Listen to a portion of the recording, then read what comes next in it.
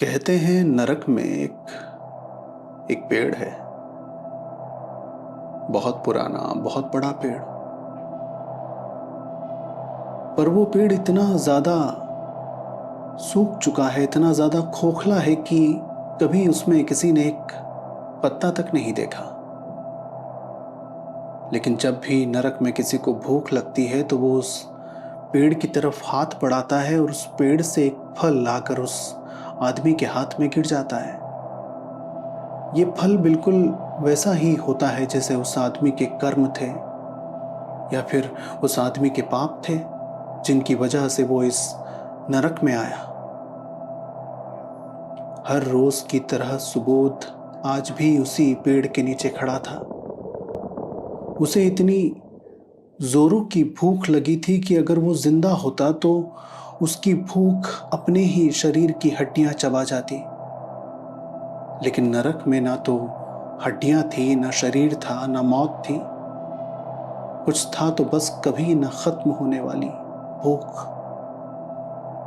सुबोध ने अपनी पूरी ताकत जुटाकर उस पेड़ की तरफ अपना हाथ बढ़ाया और एक चमकीला सेब उसके हाथ में आकर गिरा। सुबोध इतना भूखा था कि उसने उस सेब को देखते ही अपने दांतों के बीच में दबा लिया और एक दर्द भरी आवाज उसके मुंह से निकली और वो चीखता हुआ उसने उस सेब को दोबारा उस पेड़ पर दे मारा। वो सेब सोने का सेब था। सोने से बना उसे ना तो खाया जा सकता था और ना ही उससे भूख मिटाई जा सकती थी। सुबोध दर्द से कराहते हुए अपनी भूख को संभाल नहीं पाया और उसने दोबारा उस पेड़ की तरफ हाथ बढ़ाया। इस बार पेड़ से एक और सेब उसके हाथ में आकर गिरा। ये सेब पहले वाले सेब की तरह चमकीला नहीं था। ये नरम था। इससे फलों की खुशबू आ रही थी।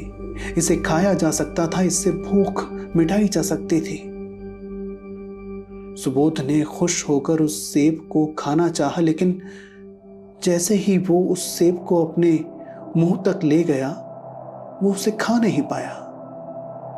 कभी वो उस सेब को अपनी आंख पर दे मारता, कभी अपनी नाक पर तो कभी अपने ही चेहरे पर, लेकिन वो उस सेब को अपने मुंह तक नहीं ले जा पाया। लाख कोशिशों के बावजूद भी उसके अपने हाथ उसके अपने चेहरे पर अपना ही मुंह खोज नहीं पा रहे थे। ऐसा लग रहा था जैसे किसी ने उसका मुंह मिटा दिया हो, गायब कर दिया हो। थका हारा सुबोध वहीं जमीन पर गिर पड़ा और उसके हाथ से जैसे ही वो सेब लुढ़क कर दूर गया, उसके मुंह से एक जोरदार दर्द भरी चीख निकली और नरक की बाकी चीखों में जा मिली। पिछले 40 सालों से सुबोध के साथ यही होता आ रहा है। ऐसा क्या किया था सुबोध ने कि नरक का पेड़ उसकी भूख खत्म नहीं होने देता?